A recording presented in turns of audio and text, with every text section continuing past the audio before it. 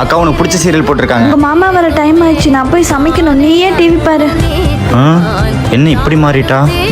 அக்கா நடுராத்துல என்னக்கா பண்ற? டே மணி காலையில 5 ஆச்சு, எந்திரிக்கலான்னு என் மாமியார் திட்டம். நீ நகரு. என்ன வினோதமா மாறிட்டா?